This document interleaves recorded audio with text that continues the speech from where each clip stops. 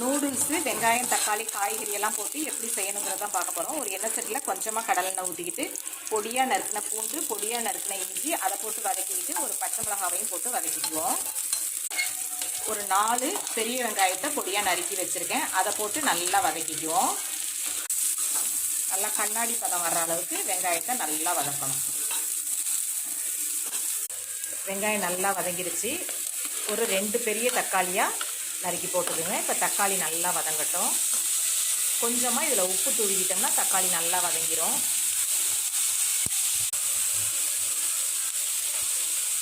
தக்காளி நல்லா வதங்கினோடனே உங்கள்கிட்ட என்னென்ன காய்கறி இருக்கோ எல்லா காய்கறியும் போட்டு செஞ்சிங்கன்னா ஒரு பாக்கெட் நூடுல்ஸ் போட்டிங்கனாலே 2-3 பேர் சாப்பிட்லாம். நிறைய காய்கறி எல்லாம் போட்டுடலாம். கேரட்டு, பீன்ஸு, கொடமிளகா, காலிஃப்ளவர் இருந்தாலும் வெந்நீரில் போட்டுக்கலாம்.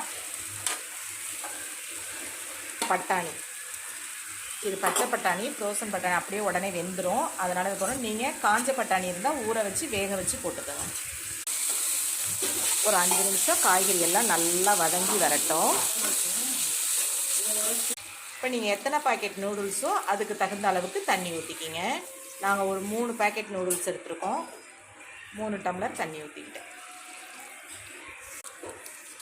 இப்போ அந்த மேகியில் இருக்கிற பவுடர் பாக்கெட்டை நம்ம கொட்டிக்குவோம். எந்த நூடுல்ஸ் வாங்குறீங்கனாலும் அதில் ஒரு பவுடர் பாக்கெட் கொடுப்பாங்க, அதை எல்லாத்தையும் கொட்டிக்குவோம். அதோட காரம் உங்களுக்கு பத்தலை, அந்த பச்சை மிளகா காரம்லாம் பத்தலைன்னா கொஞ்சமாக வெறுமிளகாத்தூள் போட்டு இதோட வதக்கி விட்டுக்கலாம். இந்த பவுடர் போட்டோன்னே நல்லா கொதித்து வரட்டும். தண்ணி கொதிச்சோன்னே நூடுல்ஸ் போட்டுக்கலாம்.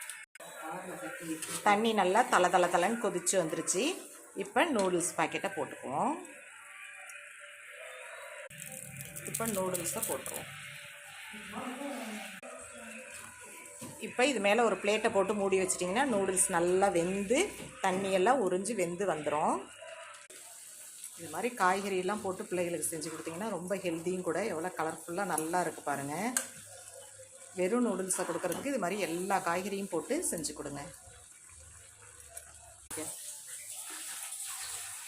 சூப்பராக பொல வெந்துட்டு பாருங்கள். ஒரு பாக்கெட்டுக்கு 1 டம்ளர் தண்ணிங்கிற கணக்கில் போட்டிங்கன்னா கரெக்டாக இருக்கும்.